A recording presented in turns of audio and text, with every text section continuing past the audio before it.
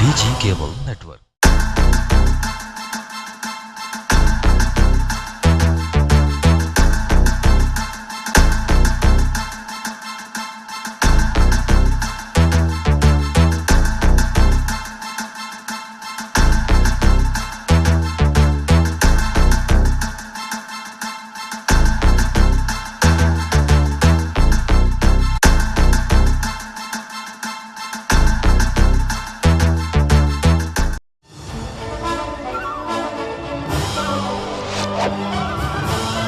You are watching DG Cable Network। तो DG news के खास कार्यक्रम हॉट इशू में आपका स्वागत है। मैं हूं जीके शर्मा और आज हम बात करने वाले हैं राजधानी भोपाल के एक सबसे बड़े भोपाल की बात नहीं करेंगे, हम कहेंगे मध्य प्रदेश के साथ हो सकती है या फिर पूरे देश की हम बात करें तो इन दिनों शिक्षा माफिया काफी सक्रिय है। जी हाँ, अगर आप अपने बच्चे का भविष्य बनाना चाहते हैं कि आपको बच्चा पढ़ लिख कर आगे बढ़े, कुछ आगे बन जाए, तो उसके लिए आपको महंगे संस्थानों में पढ़ाना पड़ेगा और उनकी फीस जो होगी वो शायद सुनकर एक गरीब आदमी के लिए एक बहुत बड़ी बात हो सकती है। आज इसी तमाम से चर्चा में आज हमारे साथ राष्ट्रीय कार्य समिति अखिल भारतीय विद्यार्थी परिषद के सदस्य हमारे साथ अंकित गर्ग जी मौजूद हैं। हमारे साथ आशुतोष चौकसे जो कि NSUI जिला अध्यक्ष हैं वो भी मौजूद हैं। आप दोनों ही मेहमानों का स्वागत है।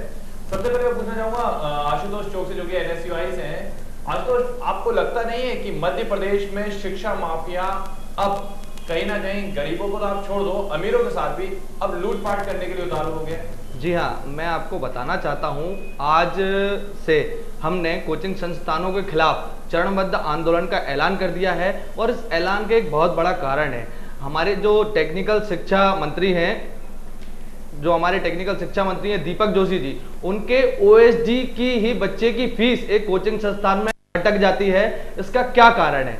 मतलब ये है कि प्रदेश के शिक्षा मंत्री के बच्चे की ही फीस अटक जा रही है कोचिंग संस्थान में, तो आप सोच सकते हैं कि आम जनमानस की क्या स्थिति होगी। कोचिंग संस्थानों ने इतनी लूट खचोट मचा रखी है इन कोचिंग संस्थानों ने कि जिसकी कोई हद नहीं। सरकार को कितना जिम्मेदार मानते हैं? पूरी तरीके से सरकार को जिम्मेदार मानते हैं। आज जब हमारा संगठन एक कोचिंग संस्थान में प्रदर्शन करने जाता है तो संस्थान के मालिक कहते हैं कि मैं मीडिया को धमकी देता हूं, मैं आपको बोलता हूं कि आपको गोली मार दूंगा। मतलब बिना सह के कोई इतना नहीं कर सकता है। जिस तरीके से शिक्षा का व्यापार मध्य प्रदेश सरकार के द्वारा करा जा रहा है, ये बहुत ही शर्म की बात है। और एक गरीब बच्चे से लेके आज एक मंत्री के OSD के बच्चे तक कोचिंग संस्थान में सुरक्षित नहीं है, उनकी फीस वापस नहीं की जाती। सबसे पहली बात मैं आपको बताना चाहता हूं कि इसमें सरकार की, मंत्रियों की पूरी सह है कोचिंग संस्थानों को, तभी कोचिंग संस्थान इतनी मनमानी करने पर उतारू हैं और अपने मन से नए नियम अपने हिसाब किताब से गढ़ते हैं। चलिए, बिल्कुल अंकित जी, पूरी बात सुनिए, आपने पूरा वाकया सुना है कि क्या हुआ आज और क्या होता आ रहा है। सरकार आपकी है, 13 साल से मध्य प्रदेश में आप लोग हैं, कोचिंग कहीं ना कहीं बड़ी है, कितना जिम्मेदार मानते हैं इस तरह से कोचिंग संचालकों की लूटपाट? देखिए, इसमें दो विषय, कोचिंगों की लूटपाट है, ये मैं केवल बोलना नहीं चाहता हूँ। उसके लिए विद्यार्थी परिषद ने क्या क्या किया है वो मैं साक्ष्य के साथ अभी बताता हूँ। NSUI तो बड़ी देर से जागी है। दूसरा विषय, इसमें सरकार मिली भगत है, सरकार की शाह है, ये मेरा विषय नहीं है। अगर NSUI को लगता है तो जाकर सरकार से बात करे, जाकर FIR कराए। कोई हमारी सरकार नहीं है, विद्यार्थी परिषद की अपनी सरकार कैंपस में हर साल बनती है छात्र संघ सरकार के चुनाव के माध्यम से, और बिगड़ती है और चलती है प्रक्रिया। तो ये आरोप से तो मैं एकदम सीधे डिनाई करता हूँ कि कोई हमारी सरकार है। हमारी कोई सरकार नहीं है। हम जनता के बीच में जाते हैं, हम छात्रों के बीच में रहते हैं। तो ये पहली बात तो इस विषय को एकदम रूल आउट कर दीजिए कि बीजेपी सरकार से हमारी कोई लिंकेज है। आइडियोलॉजी सेम होना मतलब ये नहीं होता उनसे इंस्ट्रक्शंस लेते हैं। हमें जहाँ से इंस्ट्रक्शन लेना है, हमें जो काम करना होता है, हमारा अपना पैनल है, अपनी एक व्यवस्था है। पहला विषय। दूसरा विषय, कोचिंग के विषय में मानता हूँ ये बहुत गंभीर विषय है और दलगत राजनीति से ऊपर इस पर बात करने की आवश्यकता है। यदि NSUI कोई सही बात कहती है, हमें बिल्कुल उसमें कोई आपत्ति नहीं है। अगर आशुतोष यहाँ कह रहे हैं कि कोचिंगों की लूटपाट है, मैं सहमत हूँ उनके साथ। इसके लिए विद्यार्थी परिषद ने क्या किया किया, इसके लिए हम लोग भीषण आंदोलन किए। आज जो आप विद्यार्थी परिषद पिछले 3 साल से लगातार सरकार से ये बात कह रही है, माननीय मुख्यमंत्री से कह रही है, माननीय शिक्षा मंत्री से कह रही है, चाहे आज क्यों तत्कालीन रहे हूँ। आपको याद होगा अभी 15 सितंबर को एक बहुत बड़ा आंदोलन हुआ विद्यार्थी परिषद का, 35,000 छात्रों का। इस आंदोलन की वजह से छात्र संघ चुनाव सरकार को मानना पड़ा। मैं बस 1 मिनट में बात खत्म कर रहा हूँ। हाँ। उस आंदोलन को मैंने कई बार मीडिया में रिलीज भी किया था। मैं आंदोलन का प्रभारी था, तो मुझे ध्यान है कि हमने एक डॉक्यूमेंट रिलीज किया था और हमने सरकार को ये कहा था कि इस आंदोलन के साथ साथ हम आपको तथ्य भी दे रहे हैं कि आपकी क्या कमियां हैं। मैं उसमें मैं दिखाना चाहता हूँ हमने क्या किया है।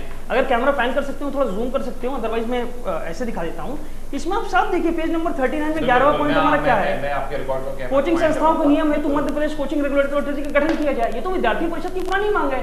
एनएसआई को अगर आज लगता है ऐसा तो ठीक है, अगर एनएसआई को सही लगता है। मैं अंकित जी को इस जगह पे थोड़ा सा बोलना चाहूंगा। एनएसयूआई लगातार 10 वर्षों से, जब से बीजेपी की सरकार है, ये मांग करती आ रही है कि सरकार के द्वारा जैसे कॉलेजों के ऊपर फीस रेगुलेटिंग कमेटी है और जो फीस को निर्धारित करती है, उसी तरीके से कोचिंग संस्थानों पे लगाम क्यों नहीं लगाई जाती। यहाँ रुकना चाहूंगा क्योंकि कैमरे से जूम करने की बात की थी। मैं अपने टेक्निकल टीम से कहूंगा कैमरामैन से कि वो डिटेल्स को जूम करके दिखाएं कि आखिर एबीवीपी अखिल भारतीय विद्यार्थी परिषद क्या दिखाना चाहता है उसके माध्यम से। जी सर बताएं। ये रिटन डॉक्यूमेंट है, इसको आप पॉइंट नंबर 38 और ये देखिए आप, इसमें एनएसआई की तरह हम हवा में बात नहीं करना चाहते। ये वो डॉक्यूमेंट है जिसके आधार पर विद्यार्थी परिषद बात कर रही है। पेज नंबर 38 आप 39 देख सकते हैं, बिंदु नंबर 11 आप पढ़ सकते हैं, बिंदु नंबर 11 के बाद बिंदु नंबर 18 पढ़ सकते हैं। कोचिंग संस्थाओं के नियंत्रण हेतु Madhya Pradesh coaching regulatory authority का गठन किया जाए। स्पष्ट मांग है विद्यार्थी परिषद की, आज से नहीं है। ये डॉक्यूमेंट लेकर आया हूं मैं अपने साथ, ये प्रिंटेड डॉक्यूमेंट है, सरकार को जा चुका है। तो मैं हवा में बात नहीं कर रहा हूँ। बाकी मैं देखिए, मैं दलगत राजनीति से ऊपर उठकर बात कर रहा हूँ। मैं कह रहा हूँ अगर एनएसआई कोई ऐसी बात कर रही है जिसमें छात्र हित का, तो अच्छी बात है, हम स्वागत करते हैं उसका, उसमें हमें कोई आपत्ति नहीं। लेकिन जिस प्रकार से एनएसआई प्रदर्शन करती है कोचिंग संचालन में, बताना चाहूंगा फिटजी कोचिंग है अगर मैं गलत नहीं हूँ, तो इसके जो संचालक है अभिषेक पांडे एक बात करते हैं कि जिसे जो करना है, अगर कोई यहाँ पर आके मेरे को परेशान करता है, किसी ने कुछ करा तो मैं गोली चला दूंगा, वो भी पुलिस के सामने। नहीं, मैं तो वहां उपस्थित नहीं था, लेकिन अगर किसी ने भी ऐसा कहा है हाँ, तो ये तो लीगली एवाइडेशन है। मुझे लगता है एनएसआई को तो इस पर क्योंकि प्रदर्शन तो अखिल भारतीय विद्यार्थी परिषद भी करती है। बिल्कुल बिल्कुल बिल्कुल, हम तो लेकिन इस तरह की अगर कोई भाषा का प्रयोग करता है कोई कोचिंग संचालक कि मैं गोली मार दूंगा, मीडिया को जो चलाना है वो चलाए, इसे क्या मानते हैं आप? ये बहुत ही निंदनीय है। और एक कोचिंग संचालन के मुख से, क्योंकि पढ़ा लिखा व्यक्ति माना जा सकता है, मुख से बहुत ही अशोभनीय, बहुत ही दुर्भाग्यपूर्ण है। मैं आशुतोष जी यहाँ बैठे, मैं तो आपको सुझाव करूंगा, अपील करूंगा छात्र संगठन होने के नाते, आप इस पर एफआईआर करके संचालक के खिलाफ बिल्कुल बिल्कुल, हमने संचालक के खिलाफ एफआईआर दर्ज कराई है और कड़ी से कड़ी मांग के लिए कल हम प्रदर्शन भी करेंगे। अच्छा बिल्कुल आशुतोष जी, लगता नहीं कि कोचिंग के साथ साथ अगर हम महाविद्यालयों की बात करें तो महाविद्यालयों की भी कहीं ना कहीं हालत, जो प्राइवेट महाविद्यालय है उनकी मैं बात कर रहा हूँ, कहीं ना कहीं उनकी हालत भी इसी तरह से आ चुकी है। कारण क्या मानते हैं आप कि कोचिंग की हम बात करें, महाविद्यालयों की बात करें जो प्राइवेट हैं, आखिर क्यों इतना पैसा लूटते हैं? क्या उनके ऊपर किसी का प्रेशर है? देखिए, मैं आपको इसमें एक स्पष्ट कर देना चाहता हूं, आपको बताना चाहता हूं कि 13 साल से मध्य प्रदेश में बीजेपी की सरकार है और जितने भी कोचिंग संस्थान हैं या प्राइवेट महाविद्यालय हैं या जितने भी संस्थान यहाँ पर चल रहे हैं, शिक्षा की मंडी मध्य प्रदेश को बना दिया गया है। जिस तरीके से आपने व्यापम घोटाला देखा, जिस तरीके से आपने स्कॉलरशिप घोटाला देखा, ऐसे स्थिति लाकर खड़ी कर दी है कि यहाँ से लाखों इंजीनियर हर साल निकलते हैं लेकिन एक को भी रोजगार नहीं है। शिक्षा का इतना स्तर गिर गया है, इतना स्तर गिर गया है कि एक बच्चा जब उसको कोई कैंपस में बैठाया जाता है तो वो एक जवाब का आंसर नहीं दे पाता। मतलब शिक्षा का गिरता स्तर, पैसा लेने की एक धंधा बना दिया गया है कि आप पैसा दीजिए। व्यवसायीकरण 13 साल से भारतीय जनता पार्टी की सरकार है, ये कहा है एनएसयूआई ने। अंकित जी क्या कहना चाहेंगे? 13 साल से आपकी सरकार है, तब से ये धंधा बना हुआ है। देखिए, मैं फिर वही बात दोहराऊंगा कि मेरी सरकार नहीं है। नहीं, मैंने कहा बीजेपी की सरकार है, तब से ये धंधा बना हुआ है। उसके पहले कांग्रेस की सरकार भी थी देश में 60 साल और दिग्विजय सिंह की सरकार थी 10 साल। देखिए, ये मैं सरकार के विषय पर नहीं आना चाहता। आशुतोष जी की समस्या ये, वो कांग्रेस के संगठन है, तो उनकी समस्या मेरी नहीं भैया। मैं बीजेपी के संगठन नहीं हूँ, बीजेपी का अनुषंगिक संगठन नहीं हूँ, मैं एक स्वतंत्र संगठन का करूंगा। उनकी हर चीज सरकार अटक जाती है क्योंकि वो आप स्पष्ट है कि वो कांग्रेस के व्यक्ति, मैं उस पर बार बार जाना नहीं चाहता। देखिए, ये जो अभी बात कही, अभी आप जो बात इंजीनियरिंग के विषय में बात की, इसमें केवल सरकार दोषी नहीं है। केवल शब्द का प्रयोग कर रहा हूं, केवल सरकार दोषी नहीं है, पूरे सिनेरियो को आपको अध्ययन करना पड़ेगा। क्यों ये स्थिति हो रही है? एआईसीटी ने क्यों ज्यादा मान्यता दी? छात्रों को रुझान क्यों अचानक से बढ़ा? क्यों जो है प्रदेश सरकार लगाम नहीं लगा पाई? इसमें बहुत से विषय हैं, ट्रेंड चेंज होते रहते हैं। केवल सरकार को दोष देना ठीक नहीं, इसमें सबको प्रयास करना पड़ेगा, सारी चीज समझकर ही इसमें कुछ बोलना उचित होगा। बिल्कुल।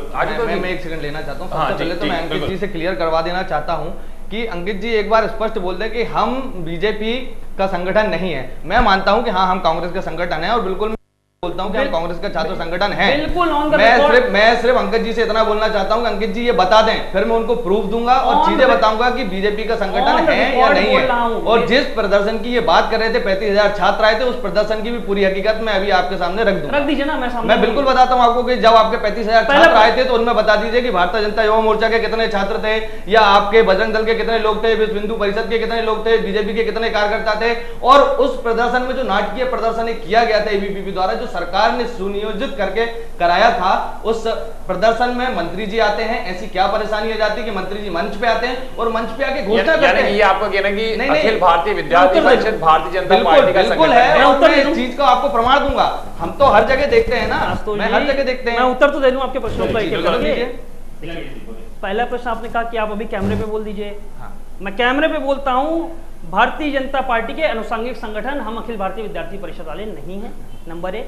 नंबर 2, भारतीय जनता पार्टी से हमारे आइडियोलॉजिकल संबंध हो सकते हैं कि हमारा कोई अगर उनकी आइडियोलॉजी की बात करता है तो विचार मिलते हैं, ठीक है। तो ऐसे तो हम भी स्वतंत्र छात्र संगठन है, लेकिन हमारी भी आइडियोलॉजी है कांग्रेस की है। आपकी आइडियोलॉजी बीजेपी की है, और ये आपको बोलना पड़ेगा और आपको मानना पड़ेगा। आपका डूसू का अध्यक्ष बनता है दिल्ली यूनिवर्सिटी का, और जैसे ही अध्यक्ष बनता है बनते से प्रधानमंत्री जी के पैर छूने जाता है। आप क्यों नहीं कहते थे नहीं जाए, क्यों नहीं जाता है? ये कैसी बेसरकार की बात नहीं जाता है? अमित शाह जी के पैर छूने जाता है, एक फोटो क्यों जाता है? मुझे एक फोटो दिखा दीजिए। मैं बता रहा हूं आपको जाता है, मैं वहां पर मौजूद था। मैं चैलेंज करता हूं, मैं दिल्ली यूनिवर्सिटी के इलेक्शन में वहां पर मौजूद था। मुझे फोटो दिखाइए, मुझे फोटो दिखाइए। एक नेता यूनिवर्सिटी में प्रचार करने आता था, बीजेपी के मंत्री प्रचार करने आते थे, मेरी आंखों से देखे हुए हैं। आज को विषय आज ये नहीं है कि कौन किसका संगठन है। आज को साच को प्रत्यक्ष को प्रमाण को मेरे पास फोटो नहीं है, नहीं तो मैं क्यों आपको नहीं दिखाता। है? मेरे पास बात करने को थी, मैं कागज लेकर आया हूँ। आप केवल मुंह से बोल रहे हैं जैसे अभी बोल रहे हैं। मेरे पास कागज है, मैं कागज आप दिखाइए फोटो मुझे कहाँ है। वो मैं आपको बहुत जल्दी दिखाऊंगा और इस चीज का जल्दी देखेंगे। ये अनर्गल बातें हैं, ये अनर्गल बातें। चलिए, कौन किसका संगठन है, कौन किसके साथ नहीं है, बिल्कुल बिल्कुल इनका कोई सर पैर नहीं है। मैं तो उत्तर भी नहीं देना चाहता। मेरी चाची के मूंछें होती तो मुझे चाचा क्यों नहीं कहता? ऐसे बातों का मेरे पास चलिए अंकित जी, विषय आज ये नहीं है कि कौन किसका संगठन है और कौन किसका संगठन नहीं है। विषय आज ये है कि शिक्षा माफियाओं पर आखिर लगाम कैसे किया जाए। जैसे कि बात सामने आई कि फीस रेगुलेटर कमेटी का भी एक गठन होना चाहिए। कितना मानते हैं आप इसे सही? पहले आशुतोष जी मैं आपसे पूछना चाहूंगा, क्या इस कमेटी का एक गठन होना चाहिए कोचिंग संचालकों के लिए भी? बिल्कुल, जिस तरीके से प्राइवेट संस्थानों के लिए, कॉलेजों के लिए फीस रेगुलेटिंग कमेटी बनाई गई है, स्कूलों के लिए बनाई गई है, उसी तरीके से कोचिंग संस्थानों के लिए भी एक रेगुलेटरी कमेटी होनी चाहिए। हम तो सरकार से मांग करते आ रहे हैं और फिर मांग करते हैं मीडिया के माध्यम से कि कोचिंगों के लिए सख्त नियमावली बनाई जाए, जिसमें नियम होने चाहिए कि जो भी उनकी फैकल्टीज है जो उनके इंस्टीट्यूट में पढ़ाती है वो उसका ऑनलाइन पोर्टल पे डालें, अपनी वेबसाइट बनाएं और ऑनलाइन पोर्टल पे डाल के दिखाएं कि कौन कौन फैकल्टियां उनके यहाँ पढ़ाती है। फीस सुनिश्चित होनी चाहिए कि इतनी फीस ही इतने स्लैब में लगेगी। जिस तरीके से महाविद्यालय में सीट निश्चित होती है कि एक क्लास में 60 बच्चे ही पढ़ेंगे, एक ब्रांच में एक स्ट्रीम में 60 बच्चे ही पढ़ेंगे, उसी तरीके से कोचिंग संस्थानों में क्यों नहीं कि एक बैच में इतने ही बच्चे पढ़ेंगे, ये भी सुनिश्चित करना चाहिए। हम तो बहुत दिनों से मांग कर रहे हैं सरकार से। अच्छा, मैं आपसे पूछना चाहूंगा, क्योंकि आप एक अखिल भारतीय विद्यार्थी परिषद के अंग हैं, आपकी नजरों में अंकित जी मैं आपसे पूछना चाहूंगा, क्या इस कमेटी का निर्धारण किया जाना चाहिए? इसमें तो कोई संशय नहीं। मैंने तो आपको पेपर दिखा दिया कि ये तो विद्यार्थी परिषद की सालों पुरानी मांग है, हम लड़ रहे हैं। तो फिर एनएसयूआई अभी क्यों आई आगे? एनएसयूआई को तो मुझे नहीं पता उनके क्या इंटरेस्ट है क्या नहीं है, बड़ी देर से जाके एनएसयूआई, लेकिन अब जब भी जाके ठीक है, अच्छी बात है। मैं बता देना चाहता हूँ अंकित जी, आपको बता देना चाहता हूँ, 3 दिन पहले की न्यूज है दैनिक भास्कर में, आप पढ़िएगा, बहुत बड़े बड़े अक्षरों में लिखा हुआ है कि शिक्षा मंत्री के ओएसडी की फीस ही खा गए कोचिंग संस्थान वाले। मंत्री को ओएसडी की चिंता इतनी है? बिल्कुल नहीं है, हमें छात्र की चिंता है, हमें छात्र की चिंता है, हमें छात्रों की चिंता है, हमें शिक्षा मंत्री से कोई लेन देन नहीं है। अच्छी बात है, हमें छात्र की चिंता है। जब शिक्षा मंत्री के ओएसडी के साथ ऐसा हो सकता है तो हम ये बताना चाह रहे हैं कि आम छात्रों, आम बच्चे के साथ क्या कर रहे होंगे कोचिंग संस्थान वाले? शिक्षा मंत्री को ओएसडी के लिए कोई अलग से संविधान नहीं बना है। नहीं तो बिल्कुल, जब उनके साथ ऐसा हो रहा है तो आपको इस चीज को ध्यान में देना चाहिए। जिसको भ्रष्टाचार करना है, डकैती डालिए, गरीब अमीर डाल रहे हैं और सरकार भी सह पे डाल रहे हैं। इसलिए शिक्षा मंत्री को ओएसडी की आप चिंता मत कीजिए, आप छात्रों को मैं आपको बताना चाहता हूं अंकित जी, आप कह रहे हैं ना, जैसे आप कह रहे हैं, अभी आपने कहा कि हम सरकार का, हम बीजेपी का छात्र संगठन नहीं है, तो आपको इससे तकलीफ नहीं होनी चाहिए। आपको मुझे कोई तकलीफ नहीं है, आपको मानना चाहिए कि सरकार की सह पे ही शिक्षा का स्तर बीजेपी की सरकार में इतना गिर गया है कि छात्रों के साथ लूट खचूट मची हुई है और प्रदेश के छात्र को, प्रदेश के युवा को अपने प्रदेश से दूसरे प्रदेश में नौकरी के लिए पलायन होने पर मजबूर होना पड़ रहा है। मतलब आशुतोष जी, आप अन्यथा में आप ये कह रहे हैं कि कांग्रेस और दिग्विजय के जमाने में आईआईटी के स्तर का था और आज इंजीनियरिंग कॉलेज का स्तर बहुत नीचे गिर गया। कैसी बातें कर रहे हैं आप? शिक्षा के स्तर के लिए कांग्रेस भी उतनी जिम्मेदार है जितनी बीजेपी सरकार जिम्मेदार है। इस पे भी आपको बताना चाहता हूं, उतनी बीजेपी सरकार जिम्मेदार है। मैं इसीलिए आपको बताना चाहता आप क्यों 13 साल से मध्य प्रदेश में बीजेपी की सरकार है। कब तक कांग्रेस के नाम पर रोते रहेंगे आप? कांग्रेस के नाम का कब तक डंका बजाते रहेंगे? 13 साल पहले की बात करें, आप हमारी उपलब्धियों में तो बताइए हमें। 13 साल पहले अगर चले जाएं आशुतोष जी, अगर हम 13 साल पहले चले जाएं उस समय की क्या, अगर मैं बताना चाहता हूं, मैं ये नहीं कहना चाह रहा हूं 13 साल पहले क्या हुआ क्या नहीं हुआ। 13 साल मैं अपनी उपलब्धियां नहीं बता रहा हूं, मैं तो ये जानना चाहता हूं कि अभी 13 साल से बीजेपी की सरकार है और बीजेपी की सरकार 13 साल से क्या कर रही है शासन में रह के, उस विषय पे बात होनी चाहिए। 13 साल पहले की हम लोग बात नहीं कर सकते अभी। क्या मानते हैं अंकित जी, मानते कि 13 साल की पहले की बात नहीं निकलनी चाहिए? देखिए मेरा फिर मैं वही कह रहा हूं, मैं दलगत राजनीति में नहीं आना चाहता। मेरा स्पष्ट विषय है 13 साल की भी समीक्षा कीजिए, पहले की भी कीजिए। सरकार जहां गलत है कटघरे में खड़ा करिए, सवाल पूछिए, आपका मेरा लोकतांत्रिक अधिकार है, ये इसमें कोई वो नहीं है। परंतु केवल मोटिव के साथ कि केवल इन्हीं 13 सालों में हुआ, इन्हीं 13 सालों में हुआ, मैं भी समझ रहा हूं और जनता भी समझ रही है कि आपका विषय उसमें क्या है। देखिए मैं कह रहा हूं मैं बीजेपी सरकार को बिल्कुल डिफेंड नहीं कर रहा, ना मैं प्रवक्ता हूं बीजेपी का। मैं ये कह रहा हूं अनबायस्ड होकर फेर बात करिए।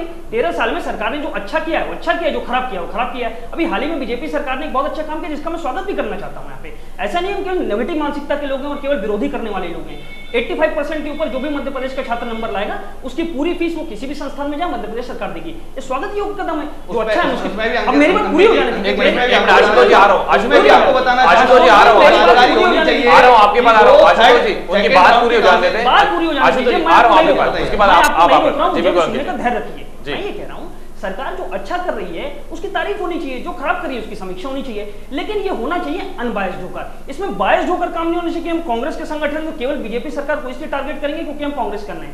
देखिए आप एक तरफ कह रहे हैं कि हम बीजेपी के लोग हैं, मैं तो बीजेपी का डिफेंड नहीं कर रहा हूं ना यहाँ पे, मैं तो क्लियर बात बोल रहा हूं। आप भी इसी पैरामीटर पे बात करिए। देखिए हम छात्र संगठन जरूर हैं लेकिन छात्रों के साथ राजनीति नहीं करते हैं, इस बात को समझना पड़ेगा आपको। बिल्कुल। क्या आप कुछ कहना चाह रहे हैं? मैं अंकित जी की एक बात पे बोल देना चाहता हूं। अंकित जी जो बता रहे थे कि अभी मैं स्वागत करता हूं सरकार के उस कदम का, जो कदम सरकार ने उठाया कि 5% से ऊपर भी जो बच्चे आएंगे उनकी फीस व्यय सरकार करेगी। वो कदम कब उठाया और कब लिया गया अंकित जी आपके नॉलेज में लाना चाहता हूं। जब फर्स्ट राउंड की काउंसलिंग हो गई है और जो 85% से ऊपर के बच्चे होते हैं, आपको बहुत अच्छे से जानकारी होगी, आप टेक्निकल फील्ड से जुड़े हुए हैं कि 85% से ऊपर के जो बच्चे होते हैं वो फर्स्ट राउंड में ही सेलेक्ट हो जाते हैं जिनका कॉलेज में एडमिशन हो चुका है। अब सेकेंड राउंड की काउंसलिंग चल रही है, तो सरकार जब जागी है जब 85% के बच्चे सब निकल चुके हैं। तो जान रहे हैं कि एक दिखावा है कौन दिखावा कर रहा है, कौन नहीं, विषय आज ये नहीं है। बिल्कुल कोई हार्ड एंड फास्ट रूल नहीं है कि 85 के ऊपर जो होंगे वो आईटी में सिलेक्ट हो जाएगा, ऐसा कोई कानूनी नियम नहीं है। और आप जो बिंदु कह रहे हैं हो सकता है वैसा कुछ हो, मैं भी बहुत, मैं इस बीच बाहर था, मैं देख नहीं पाया क्या वो कब इंप्लीमेंट हुआ है।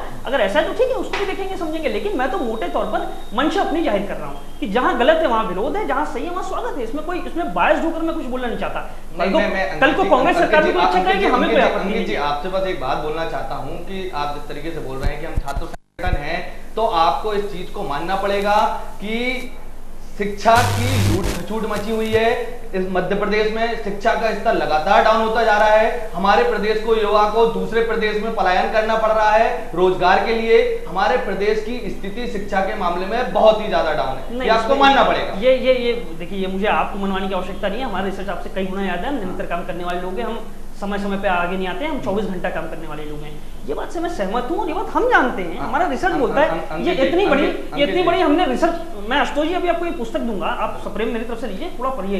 इस अध्ययन को करने में हम लोग को जाने कितना समय लगा है। इसमें मध्य प्रदेश की शिक्षा का हमने पूरी कुंडली, पूरा सिनेरियो डाल के रखा है। तो हमारा अध्ययन हम सब कुछ जानते हैं क्या नहीं है, मैं डिनाई नहीं कर रहा हूँ। अध्ययन के बारे में अंकित जी मैं भी आपको कुछ नहीं, ठीक है, आप दीजिएगा, मैं भी आपकी नॉलेज में और ज्ञान मैं स्वागत करता हूँ। परंतु मैं ये कह रहा हूँ कि ऐसा नहीं है कि सरकार सब कुछ बुराई कर रही है। हाँ, शिक्षा का स्तर गिर रहा है, वो चिंता का विषय है, चाहे वो टेक्निकल एजुकेशन हो, हायर एजुकेशन में सेमेस्टर सिस्टम की बात थी, हमने विरोध किया, कुछ बिंदुओं के साथ विरोध किया कि आप ये सही कर लीजिए, आप लागू कीजिए।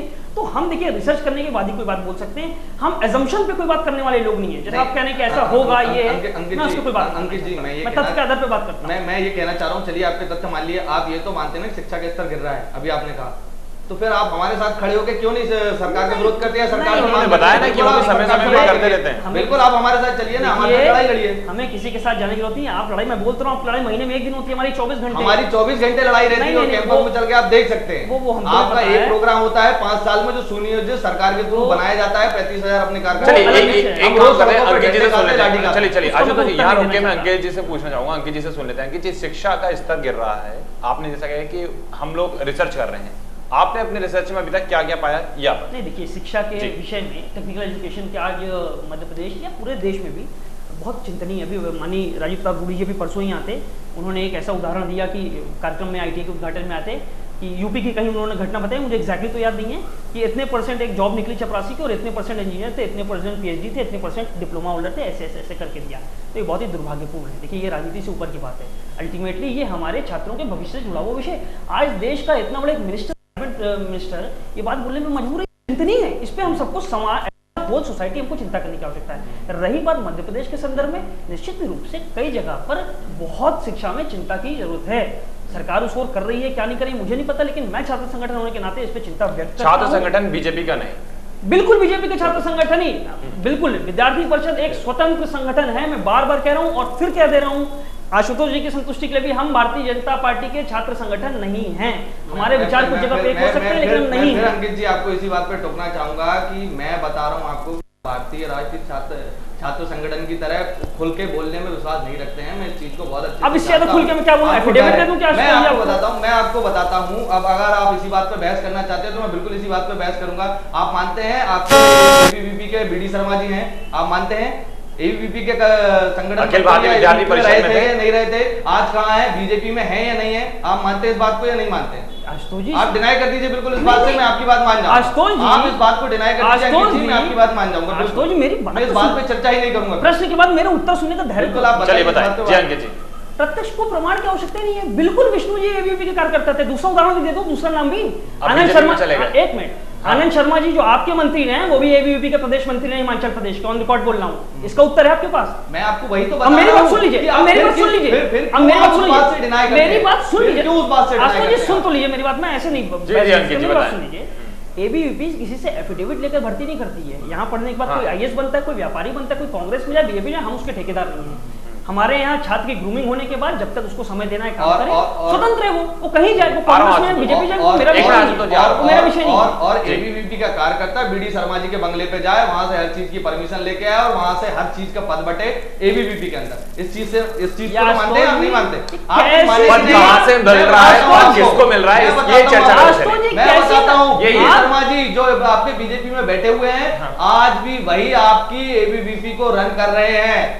ये बात आप जानते हैं और आपका दिल जानता है। आशुतोष जी, किसने आपको जानकारी दी? मुझे भी सूत्र का नाम बता दीजिए। मुझे भी जानकारी है, मैं भी राजनीतिक संगठन हूं और राजनीति में आशुतोष जी, आप जिला अध्यक्ष, आप नहीं मानेंगे, आप नहीं मानेंगे। आशुतोष जी, मोबाइल में आपकी फोटो नहीं तो बहुत सारी आपकी फोटोज भी दिखाता हूं। आशुतोष मित्र जी, मेरी बात, आप जिला अध्यक्ष कैसे गैर जिम्मेदाराना ऑफ द रिकॉर्ड बातें कर रहे हैं, जिस बात को प्रमाण नहीं है। चलिए हम विषय में आएंगे।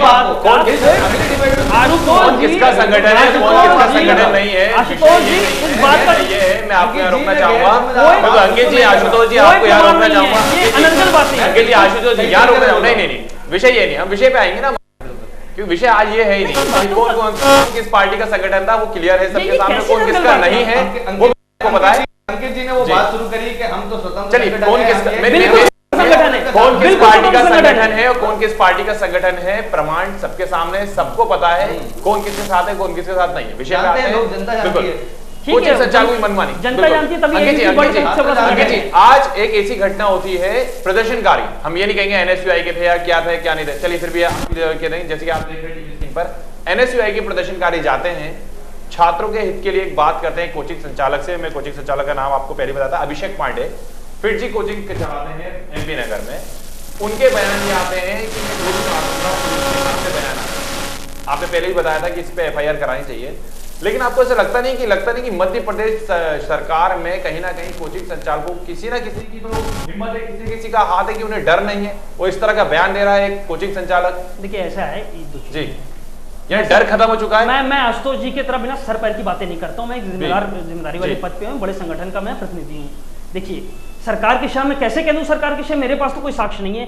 कल क्यों सरकार का अगर डर इतना ये शाह सबको अगर इस प्रकार है तो नहीं उसका कोचिंग संचालक ने बोला क्या कि मुझे सरकार के इस व्यक्ति की शाह है, उसने किसी का नाम लेकर बोला क्या? मैं आपसे कह रहा हूं, मैं नहीं सामने होने आ रहा है कि मुझे किसका क्या है? मैं मध्य प्रदेश में भारतीय जनता पार्टी की सरकार है, क्या सरकार का खौफ नहीं है?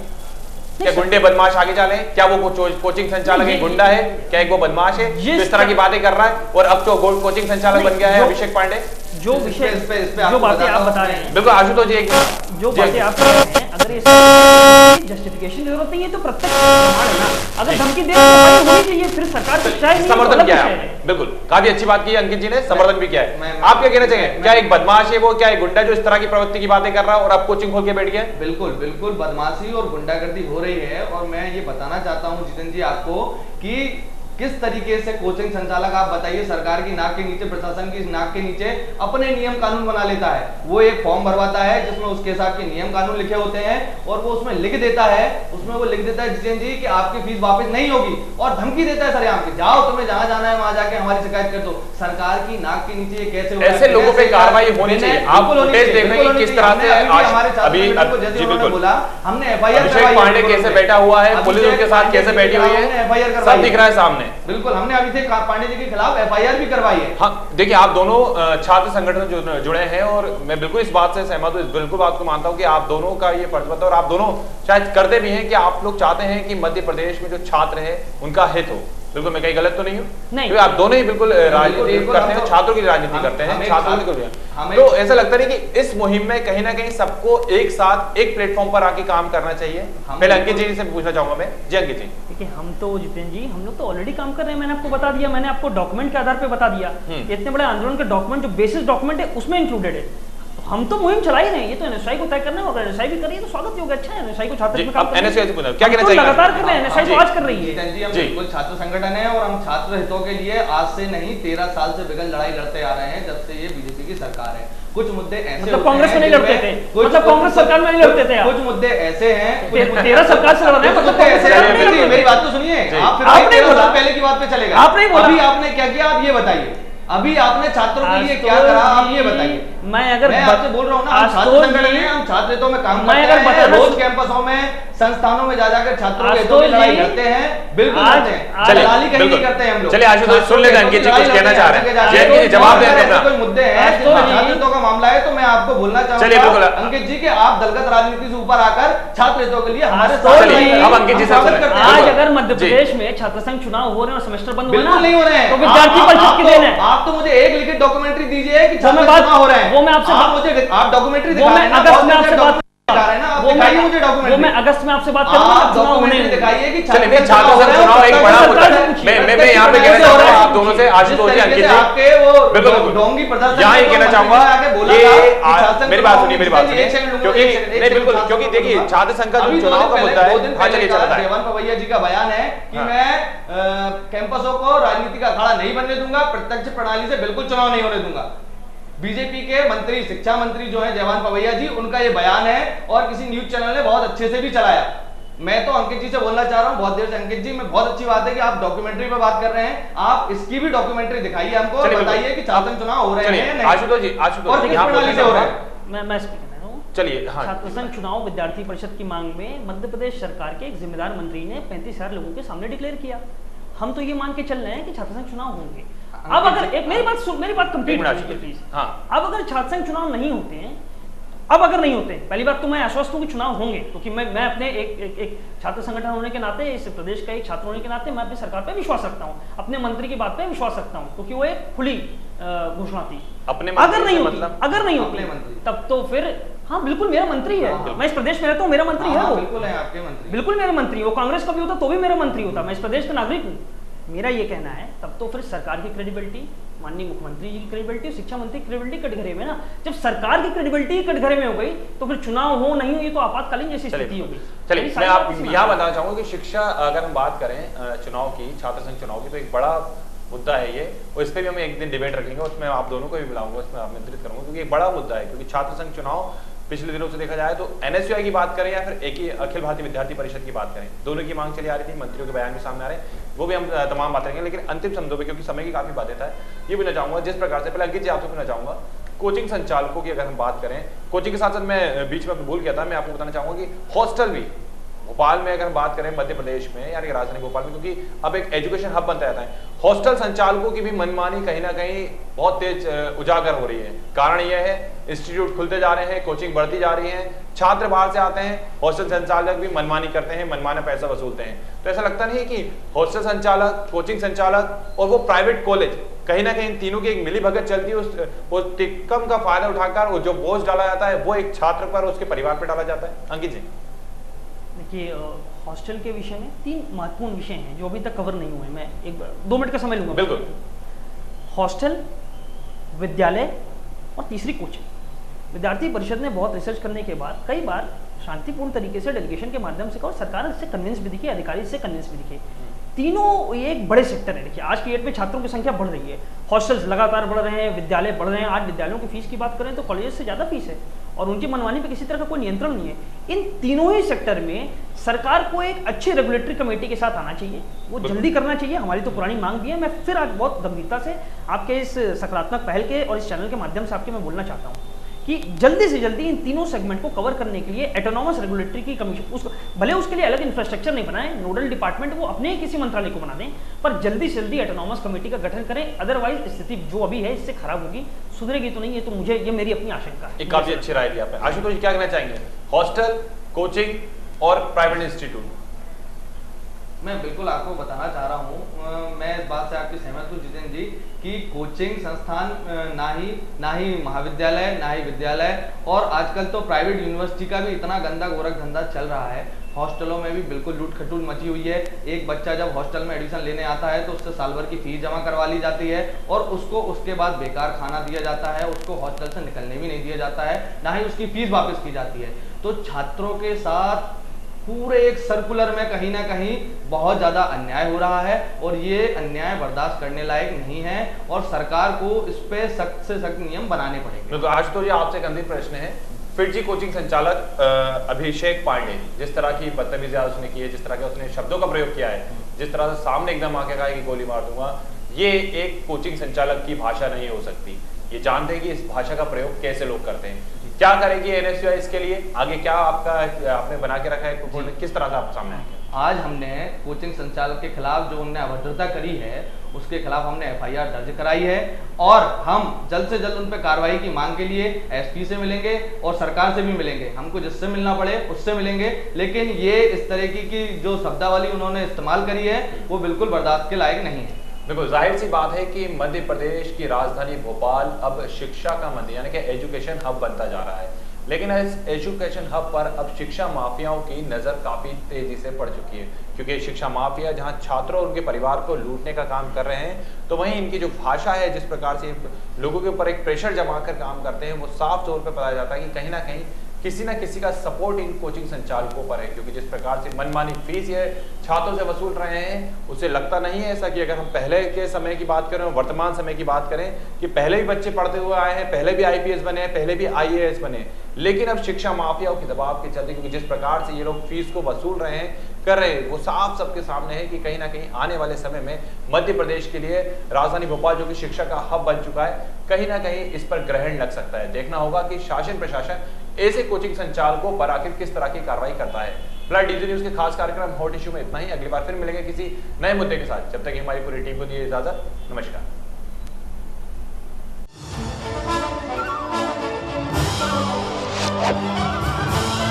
You are watching DG Cable Network.